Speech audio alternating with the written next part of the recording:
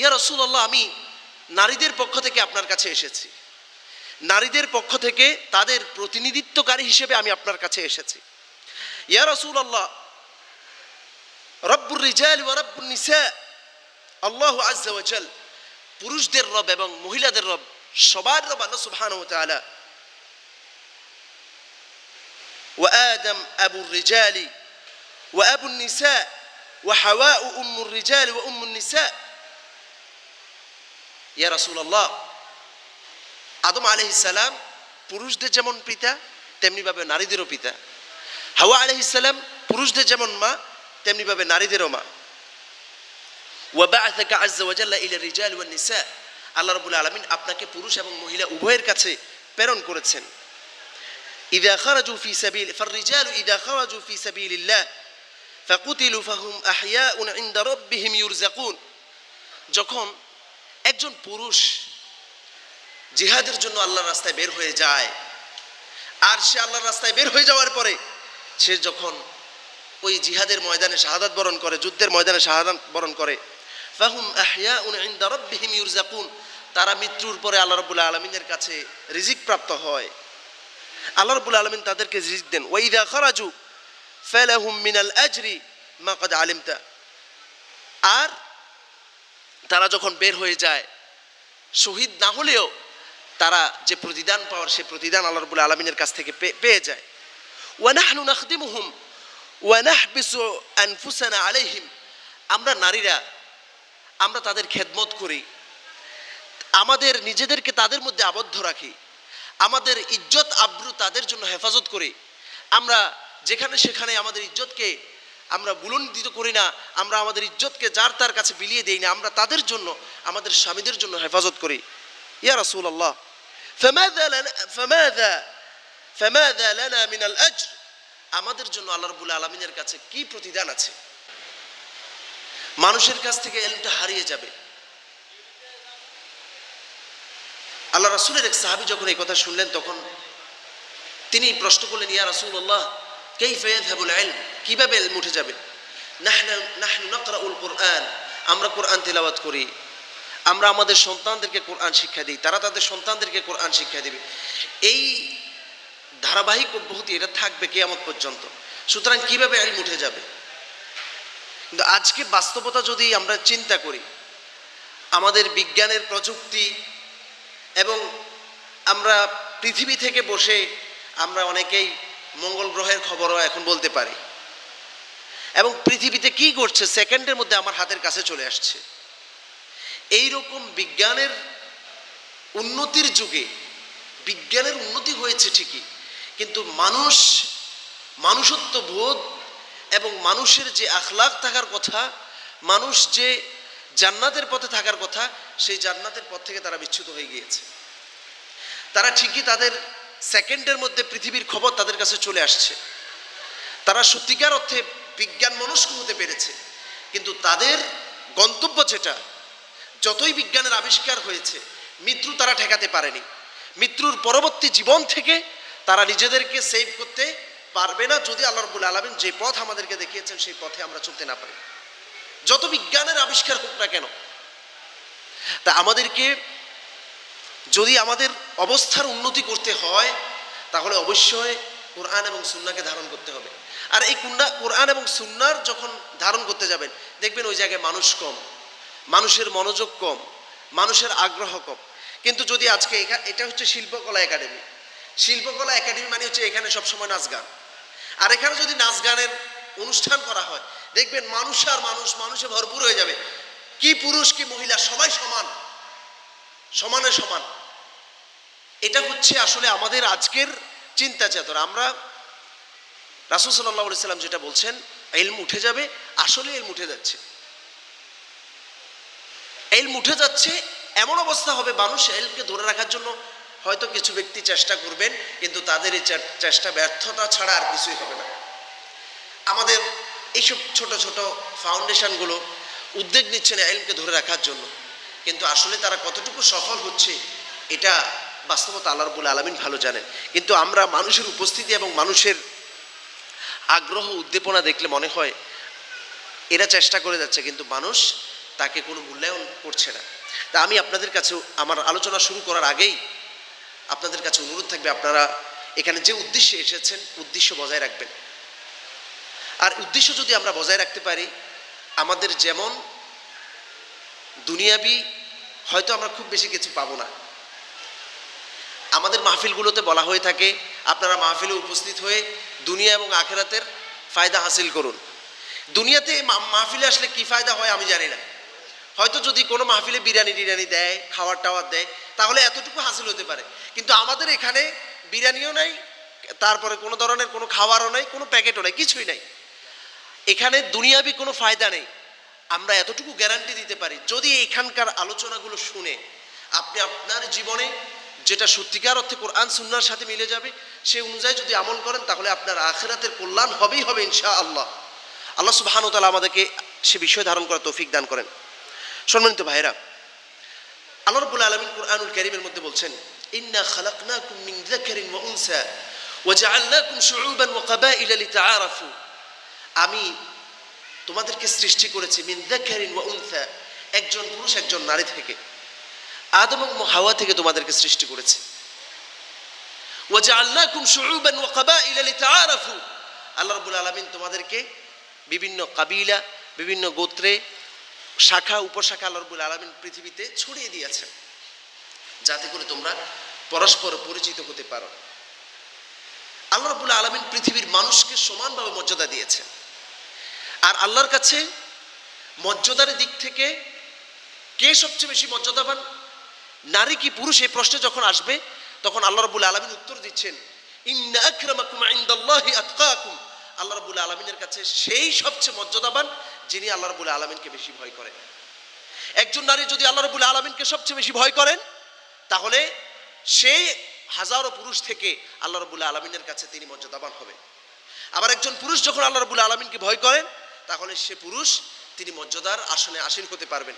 কিন্তু যদি তিনি পুরুষ বলে যদি তিনি দাবি করেন তিনি সম্মানিত, এই দাবি শুধুমাত্র তার দাবি ছাড়া আর কিছুই না। তাই আল্লাহ রাব্বুল আলামিনের কাছে মানবতার দিক থেকে, সম্মানের দিক থেকে যদি প্রশ্ন করা হয় কে আল্লাহর কাছে সম্মান পাওয়ার অধিক হকদার, তাহলে উত্তর আসবে যিনি আল্লাহ রাব্বুল আলামিনকে বেশি ভয় করেন তিনি সম্মানের হকদার। কিন্তু দুনিয়াতে চলতে গেলে, দুনিয়াতে যখন আপনি চলতে যাবেন, তখন আল্লাহ রাব্বুল আলামিন পুরুষ এবং নারী উভয়কে তাদের স্ব বৈশিষ্ট্য দিয়ে আল্লাহ রাব্বুল আলামিন সৃষ্টি করেছেন। এমন কিছু বৈশিষ্ট্য আল্লাহ রাব্বুল আলামিন পুরুষদেরকে দিয়েছেন যে বৈশিষ্ট্যগুলো আল্লাহ রাব্বুল আলামিন নারীদেরকে দেয় নাই। আবার এমন কিছু বৈশিষ্ট্য আল্লাহ রাব্বুল আলামিন নারীদেরকে দিয়েছেন সেই বৈশিষ্ট্যগুলো আল্লাহ রাব্বুল আলামিন পুরুষদেরকে দেয় নাই। এখন একজন পুরুষ যদি চিন্তা করে আমি নারীর মতো হতে চাই, তাহলে এটা কি আদৌ সম্ভব? আদৌ সম্ভব নয়। আবার একজন নারী যদি চিন্তা করে আমি পুরুষদের মতো হতে চাই, এটা কি আদৌ সম্ভব হবে? কোনোদিন সম্ভব হবে না। সুতরাং আল্লাহ রাব্বুল আলামিন যে ধারায় মানুষদেরকে সৃষ্টি করেছেন সেই ধারার মধ্যেই চলতে হবে, এর বাইরে যাওয়ার কোনো সুযোগ নেই। ইয়া মা'শারাল জিন্নি ওয়াল ইনস ইন ইসতাতা'তুম আন তানফুযু মিন আকতারিস সামাওয়াতি ফানফুযু লা তানফুযুনা ইল্লা বিসুলতান। হে মানব জিন এবং ইনসান, তোমরা যদি আল্লাহর রাজত্ব ছেড়ে বাইরে কোথাও চলে যেতে চাও চলে যাও। লা তানফুযুনা ইল্লা বিসুলতান, আল্লাহর এই সুলতান ছাড়া, আল্লাহর এই রাজত্ব ছাড়া বাইরে যাওয়ার কোনো সুযোগ নেই। যেখানেই যাবেন সেখানে আল্লাহর রাজত্ব। সুতরাং আল্লাহ রাব্বুল আলামিনের এই রাজত্বে আল্লাহ রাব্বুল আলামিন যে পদ্ধতিতে আপনাকে চলতে বলেছেন সেই পদ্ধতিতে চলতে গেলেই আপনি শান্তি পাবেন। আর যদি আল্লাহর পদ্ধতিকে আপনি বৃদ্ধাঙ্গুলি দেখিয়ে নিজের স্বাধীনতাকে প্রাধান্য দিয়ে আপনি যদি সামনের দিকে এগোতে চান, তাহলে আপনি আসলেই দুনিয়াতেও ক্ষতিগ্রস্ত হবেন, আখেরাতে আপনার জন্য জাহান্নামের আগুন ছাড়া আর কিছুই থাকবে না। সম্মানিত ভাইয়েরা, আমাকে আজকে যে বিষয় দেওয়া হয়েছে এটা হচ্ছে ফেমিনিজম বা নারীবাদ। আল্লাহ রাব্বুল আলামিন, আমি আগেই বলেছি, কিছু বৈশিষ্ট্য নারীদেরকে দিয়েছেন, কিছু বৈশিষ্ট্য পুরুষদেরকে দিয়েছেন।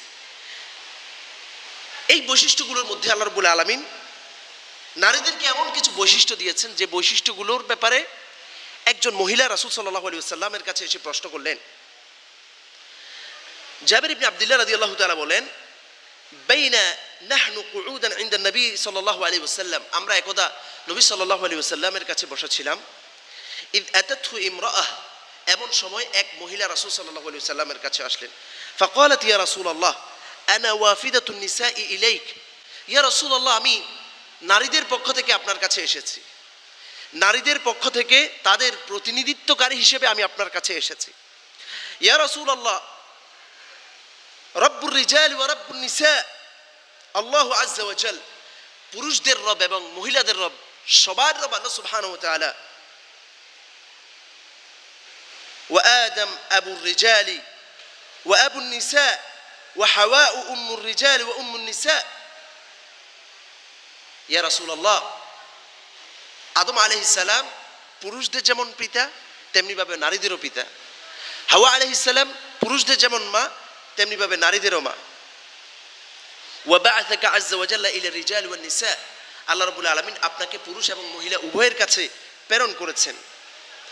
ইযা খারাজু ফি সাবিল ফাররিজালু ইযা খারাজু ফি সাবিলিল্লাহ ফাকুতিলু ফাহুম আহইয়াউন ইনদা রাব্বিহিম ইউরযাকুন, যখন একজন পুরুষ জিহাদের জন্য আল্লাহর রাস্তায় বের হয়ে যায়, আর সে আল্লাহর রাস্তায় বের হয়ে যাওয়ার পরে সে যখন ওই জিহাদের ময়দানে শাহাদাত বরণ করে, যুদ্ধের ময়দানে শাহাদাত বরণ করে, ফাহুম আহইয়াউন ইনদা রাব্বিহিম ইউরযাকুন, তারা মৃত্যুর পরে আল্লাহ রাব্বুল আলামিনের কাছে রিজিক প্রাপ্ত হয়।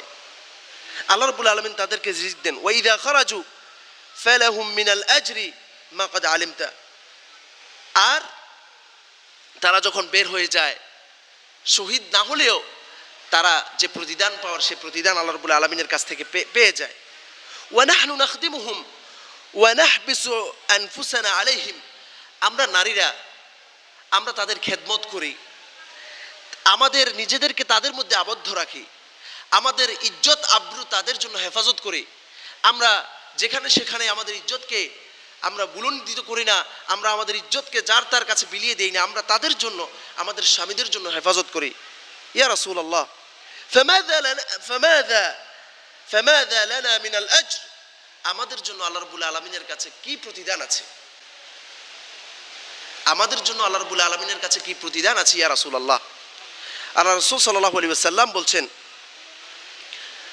আকরিইন নিসা মিন্নি সালাম, হে মহিলা তুমি যাদের পক্ষ থেকে এসেছো তাদেরকে আমার পক্ষ থেকে সালাম দিবে, আর তাদেরকে এই কথা বলবে ইন্না তাআতাজ যাওজি তা'দিলু মা হুনালিক, তোমরা তোমাদের স্বামীদের যে খিদমত করছো এই খেদমত পুরুষরা জিহাদ করে, পুরুষরা আল্লাহর রাস্তায় নিজের জীবনকে বিলিয়ে দিয়ে যে পরিমাণ সওয়াব পায়, শুধুমাত্র স্বামীর খেদমতের মাধ্যমে আল্লাহ রাব্বুল আলামিন তোমাদের জন্য সমান প্রতিদান রেখেছে। সুবহানাল্লাহ। আল্লাহ সুবহানাহু ওয়া তাআলা নারীদেরকে সৃষ্টি করেছেন, তাদেরকে কিছু বিশেষ দায়িত্ব আল্লাহ রাব্বুল আলামিন দিয়েছেন, আর তাদের দায়িত্বগুলো বাহ্যিকভাবে অনেকের কাছে হয়তো সহজ মনে হয়, কিন্তু আবার কিছু দিক থেকে চিন্তা করলে তাদের কাজগুলো অত্যন্ত দামি কাজ, অত্যন্ত দামি কাজ। কিন্তু এই দামি কাজগুলোকে তারা আজকে সেটাকে দামি মনে করছে না। যেমন আল্লাহ রাব্বুল আলামিন নারীদেরকে দায়িত্ব দিয়েছেন তাদের স্বামীদের খিদমত করবে, তাদের সন্তান লালন পালন করবে, এটা হচ্ছে নারীদের সবচেয়ে বড় কাজ। কিন্তু নারীরা আজকে চিন্তা করেছে যে আমরা স্বামীদের খেদমত কেন করব, আমরা স্বামীদের খেদমত ছেড়ে দিয়ে আমরা চাকরি বাকরি করব, স্বামীদের কাঁধে কাঁধ মিলিয়ে আমরা সমানভাবে ইনকাম করব, আমরা নিজে প্রতিষ্ঠিত হব। এই চিন্তা তাদের ভিতরে পশ্চিমা কৃষ্টি কালচার থেকে আমাদের এই সংস্কৃতিদের মধ্যে ঢুকিয়ে দেওয়ার জন্য চেষ্টা করা হচ্ছে। এবং আজকে যদি আমরা চিন্তা করি আমাদের স্কুল এবং কলেজে প্রত্যেকটা নারীদের মাথার ভিতরে এই বিষয়টা পুশ করে দেওয়া হয়েছে যে তোমাকে স্বাবলম্বী হতে হবে, কেন তুমি পুরুষদের দিকে তাকিয়ে থাকবে, কেন তুমি পুরুষদের দিকে তাকিয়ে থাকবে। অথচ আল্লাহ রাব্বুল আলামিন পুরুষদেরকে দায়িত্ব দিয়ে পাঠিয়েছে তুমি যত শক্ত কাজ আছে সমস্ত শক্ত কাজ করবে তুমি, আর নারীদের যত দায় দায়িত্ব আছে সব দায় দায়িত্ব তুমি নিবে। বাহিরের যত কাজ আছে তাদের খাওয়ার, তাদের পোশাক পরিচ্ছদ, তাদের চাল চলনে, তাদের নিরাপত্তায় সবগুলো দায়িত্ব আল্লাহ রাব্বুল আলামিন পুরুষদেরকে দিয়েছেন। কিন্তু নারীরা আজকে তাদের যে দায়িত্ব আছে সে দায়িত্ব ছেড়ে দিয়ে তারা ইউরোপ আমেরিকার যে চিন্তা তারা করেছে যে আমরা পুরুষদের মতো হতে চাই, আমরা নারী কেন থাকবো। সেখানে কেন তারা এই চিন্তা করেছে জানেন? কারণ তাদেরকে পুরুষরা শুধুমাত্র ভোগের পণ্য হিসেবে ব্যবহার করে। সেখানে বিবাহের কথা যখন উঠে গিয়েছে, যখন নারীদের কেউ দায়িত্ব নিচ্ছে না, তখন তারা চিন্তা করেছে আমাদের নারীর অধিকার প্রয়োজন আছে। সে শুধুমাত্র নারীর সাথে কিছু সময় পাস করে আস্তে করে তাকে ছেড়ে দিয়ে চলে যায়। তার যে চাহিদাটুকু ছিল সে চাহিদাটুকু যখন পূরণ হয়ে যায় তখন তাকে ছেড়ে দিয়ে চলে যায়। এরপরে তার আর কোনো খোঁজ খবর নেই। কিন্তু আমাদের যে দায়িত্ব দেওয়া হয়েছে, একজন পিতা যখন একটা কন্যা সন্তানের মালিক হন, একজন কন্যা সন্তান যখন তিনি কন্যা সন্তানের বাবা হয়ে যান, তখন তার উপরে দায়িত্ব হচ্ছে এই কন্যা সন্তানকে যতদিন বিবাহ না দিচ্ছেন ততদিন এই কন্যা সন্তানের যত খরচপাতি আছে সমস্ত খরচপাতি তার বাবার উপরে, সবগুলো তার বাবা করবে। কিন্তু আপনি যদি ইউরোপ আমেরিকাতে যান, তাদের পরিবার ব্যবস্থা ভেঙে গিয়েছে। তারা লিভ টুগেদার করে, একজন একজনের সাথে পরিচয় হয়, যতক্ষণ তাদের সাথে পরিচয় থাকে ততক্ষণ তারা বেড শেয়ার থেকে শুরু করে সব কিছু করে। কিন্তু তারা যখন রেস্টুরেন্টে খেতে যায়, রেস্টুরেন্টে খেতে গেলে তখন পুরুষ একইভাবে দুজন একসাথে এসেছে, পুরুষ তার টাকা নিজে পে করে, নারী তার নিজের টাকা নিজে পে করে। এই কারণে তারা চিন্তা করেছে আমাদের সমান অধিকারের প্রয়োজন। তাদের পরিবার ব্যবস্থা, তাদের আর্থসামাজিক অবস্থা, সবকিছু যখন তারা ভেঙে ছারখার করে দিয়েছে, তখন তাদের নারীরা বেঁচে থাকার জন্য তারা পুরুষের কাঁধে কাঁধ মিলিয়ে তারা চাকরিকে বেছে নিয়েছে। কিন্তু এই চাকরিতে গিয়ে কি তারা আদৌ সুখে শান্তিতে আছে? আপনারা যদি ইতিহাসগুলো খুঁজে দেখেন, আপনি দেখতে পাবেন আমেরিকান সেনাবাহিনীর মধ্যে নারী সদস্য যারা আছে তাদের মধ্যে প্রায় 90% নারী সদস্য পুরুষ দ্বারা তারা নির্যাতিত হয়েছে। তাদের নিরাপত্তা কোথায়? আল্লাহ রাব্বুল আলামিন যাদেরকে সৃষ্টি করেছেন, আল্লাহ রাব্বুল আলামিন জানেন তাদের নিরাপত্তা কোথায় আছে। এজন্য আল্লাহ রাব্বুল আলামিন তাদেরকে ঘরের দায়িত্ব দিয়েছেন। ওয়াল মারআতু রাইয়াতুন ফি বাইতি বালিহা, একজন নারী তার স্বামীর বাড়ির দায়িত্বশীলা, এখানেই তার নিরাপত্তা। কিন্তু যখন সে চাকরিতে গিয়ে চাকরি করছে তখন তার নিরাপত্তাকে নিজেই ধ্বংস করে দিয়েছে। আপনারা যখন অনেকে দেখবেন অনেক নারী দারোয়ানের চাকরি করে, এই যে বড় বড় শোরুমগুলোতে আপনি টাং রোডে গেলে, এখান থেকে বের হলে বড় বড় শোরুমগুলোতে নারীরা চাকরি করে। আমার আপনার কাছে বা আমাদের নারীদের কাছে মনে হতে পারে যে তারা আসলে অনেক সুখী, স্বাধীনভাবে চলাফেরা করছে, তাদের মতো সুখী আর কেউ নাই, মাস শেষে তাদের কাছে মাইনে আছে, তারা খরচ করে নিজেদের মতো চলছে। কিন্তু আপনি যদি বাস্তবতা একটু লক্ষ্য করেন, সকাল থেকে শুরু করে রাত 8টা-9টা পর্যন্ত তারা ডিউটি করে, এবং তারা স্বামীর যে দায়িত্বগুলো আছে, হয়তো স্বামীর জন্য একটু পানি এনে দিবে, স্বামীকে একটু খাবার এনে দিবে, ঠিক একই কাজগুলো তাদের অফিসের বসদের জন্য, তাদের অফিসের বাকি পুরুষ কলিগদের জন্য তারা এগুলো করে থাকেন। এই কাজগুলো তাদের কলিগদের জন্য তারা করছেন এবং সেখানে সে খুব সানন্দে করছেন, খুব আনন্দের সাথে করছেন। কিন্তু তাকে যখন স্বামীর জন্য বলা হয় তখন সে তার খুবই মনে কষ্ট। আমাকে সে পানি এনে দিতে বলেছে, টেবিলে পানি আছে, তোমার পানি তুমি এনে খাও, তার কাছে খুব কষ্ট মনে হয়। কিন্তু তিনি ওইখানে যখন চাকরি করছেন তখন তার কাছে এটা চাকরি মনে হয়, তিনি এটাকে খুব সানন্দের সাথে করছেন এবং সেখানে একটু থেকে একটু হলে কথাও শুনতে হয় তাকে। আর আপনি যখন আল্লাহ রাব্বুল আলামিন আপনাকে এমন নিরাপত্তা দিয়েছেন, আপনি নারী একটু অসুস্থ হয়েছেন, আপনার স্বামী আপনার সমস্ত কাজ করে দিচ্ছেন, কিন্তু আপনার অফিসে আপনি যতই অসুস্থতার ভান দেখান, আপনার এই অসুস্থতা আপনার অফিসের কলিগরা আপনাকে কোনোদিনও করবে না। ইসরায়েলের সেনাবাহিনীর মধ্যে আমি গত কিছুদিন আগে একটা আর্টিকেল দেখছিলাম, সেনাবাহিনীতে যারা মহিলা চাকরি করে তাদের মধ্যে প্রায় 95% মহিলা পুরুষ সোলজার কর্তৃক তারা নির্যাতিত। কেউ ভয়ে মুখ খুলে না, মুখ খুললে তাদের চাকরি থাকবে না। বড় অফিসারদের কাছে তারা বড় অফিসারদের বিরুদ্ধে যদি তারা মুখ খুলে তাহলে তাদের চাকরি থাকবে না।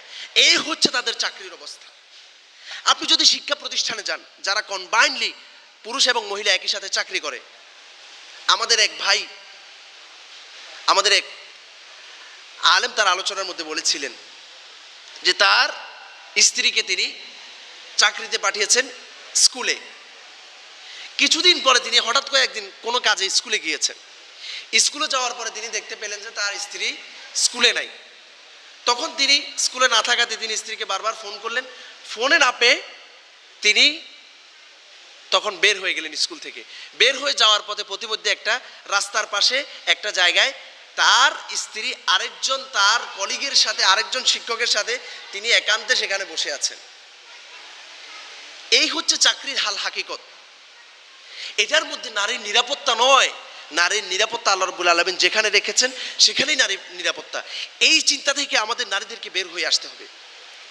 আমাদেরকে একটা বিষয় স্কুল এবং প্রতিষ্ঠানগুলোতে শেখানো হয়, জেন্ডার ডিসক্রিমিনেশন বা লিঙ্গ বৈষম্য। নারী পুরুষ সমান লিঙ্গের অধিকার, এই বিষয়টা আমাদেরকে শেখানো হয়। কিন্তু আল্লাহ রাব্বুল আলামিন, আপনারা কিছুদিন আগে বাংলাদেশের যে আন্দোলন হয়েছে, জুলাইয়ের আন্দোলন, এই জুলাইয়ের আন্দোলনে আপনারা দেখেছেন আন্দোলনের সময় একজন ছাত্রলীগ, আমি নাম ধরে বলছি, একজন ছাত্রলীগ একটা লাঠি নিয়ে আসছে, আর সেখানে অন্তত 50-60 জন মহিলা সে লাঠি নিয়ে যখন আসছে, সমস্ত মহিলা ভয়ে সবাই দিক বেদিক ছুটাছুটি করতে লাগলো, আর এই লাঠি নিয়ে সবাইকে 50-60 জন সবাইকে পিটানো শুরু করলো। একজন মহিলার এই দুর্বলতাকে সে সুযোগ নিয়ে সবাইকে, সে মাত্র একজন মানুষ, সবাইকে পিটালো। কিন্তু আরেক জায়গায় আপনি যদি চিন্তা করেন, এই জায়গায় যদি 50 জন পুরুষ থাকতো, একজন ছেলে লাঠি নিয়ে কখনো সুযোগ সাহস করতো এই 50 জনের বিরুদ্ধে সে লাঠি দিয়ে পিটাতে? কখনো সাহস করতো না। আল্লাহ রাব্বুল আলামিন তাদেরকে কিছু দুর্বলতা দিয়েছেন। এই দুর্বলতা, এটাকে মেনেই নিতে হবে। আমাদের দুর্বলতা রয়েছে, এই দুর্বলতার কারণে আল্লাহ রাব্বুল আলামিন তাদেরকে নিরাপত্তার জন্য আল্লাহ রাব্বুল আলামিন তাদেরকে অনেকের ব্যবস্থা করে দিয়েছেন। তার নিরাপত্তা তার স্বামী দিবেন, তার নিরাপত্তা তার বাবা দিবেন, তার নিরাপত্তা তার সন্তান দিবেন। এভাবে করে কেউ না কেউ তার প্রতিনিয়ত একজন নিরাপত্তার জন্য একজন লোক থাকবে। আমাদের যাদের কাছে টাকা পয়সা হয়, একটু টাকা পয়সার মালিক হয়, তখন তিনি নিরাপত্তার জন্য বডিগার্ড রাখেন, একটা বন্দুক, তার সাথে একজন বন্দুক গানম্যান রাখেন, যাতে করে তাকে নিরাপত্তা দেয়। কিন্তু আল্লাহ রাব্বুল আলামিন নারীর নিরাপত্তার জন্য সে যখন অবিবাহিত থাকে, তার বাবাকে নিরাপত্তার দায়িত্বে দিয়েছেন, তার ভাইকে নিরাপত্তার দায়িত্বে দিয়েছেন। বিয়ের পরে আরো একজন নিরাপত্তার দায়িত্বে যোগ হয় তার স্বামী। এরপরে সন্তান যখন হয়, তার সন্তানরা তার নিরাপত্তার জন্য বের হয়, তার সন্তানরা তার নিরাপত্তার জন্য দাঁড়িয়ে যায়। এটা কি তাদের জন্য মর্যাদার বিষয় নয়? কিন্তু তারা বলছে না, আমার নিরাপত্তার দরকার নাই, আমার ভ্রমণ আমি করব, আমি যেখানে ইচ্ছা সেখানে যাব। এতে করে কি হয়? নারী বিভিন্ন ধরনের বৈষম্যের শিকার হয়, বিভিন্ন ধরনের হেনস্থার শিকার হয়। সৌদি আরবে আমি মক্কা বাস নামে একটা বাস আছে, বাসে করে হারামের উদ্দেশ্যে আসছিলাম। আমরা যখনই দেখেছি, যখনই কোনো নারী গাড়িতে উঠেছে, গাড়িতে ওঠার সাথে সাথে পুরুষ বসে আছে, আর দুজন পুরুষ একই দুইটা সিটে বসে আছে, একজন নারী এসেছে, তার জন্য তারা সিটটা ছেড়ে দিয়েছে। এই সিটে দুইটা সিট নারীদের জন্য ছেড়ে দেওয়া হয়েছে। ওই দুইটা সিটের মধ্যে একজন নারী বসেছে, আরেকজন নারী আসা পর্যন্ত কোনো পুরুষ ওই সিটের মধ্যে বসে নাই। এটাই হচ্ছে ইসলাম। আমাদের নারীদেরকে তাদের দুর্বলতার কারণে তাদেরকে এই মর্যাদা দিয়েছে। কিন্তু নারীরা নারীরা এখন তারা মনে করে যে আমি কেন আজকে পুরুষের দিকে তাকিয়ে থাকবো, আমি কেন পুরুষের দিকে তাকিয়ে থাকবো, আমার হাত আছে, পা আছে, আমি বের হয়ে চলে যাব। এই চিন্তা যদি করেন, তাহলে এটা মূলত আমাদেরকে ধ্বংস করে দেওয়ার জন্য চিন্তা। আমাদের ইজ্জত আব্রুকে যাতে করে বিজাতীয়রা বা আমাদের ইজ্জত আব্রুকে হিংস্র হায়না যারা আছে তারা যাতে করে নষ্ট করে দিতে পারে, এই জন্য মূলত এক দল মানুষ আমাদেরকে এই বিষয়গুলো শেখানোর জন্য চেষ্টা করছে। এরপরে আজকের এই সমাজের মধ্যে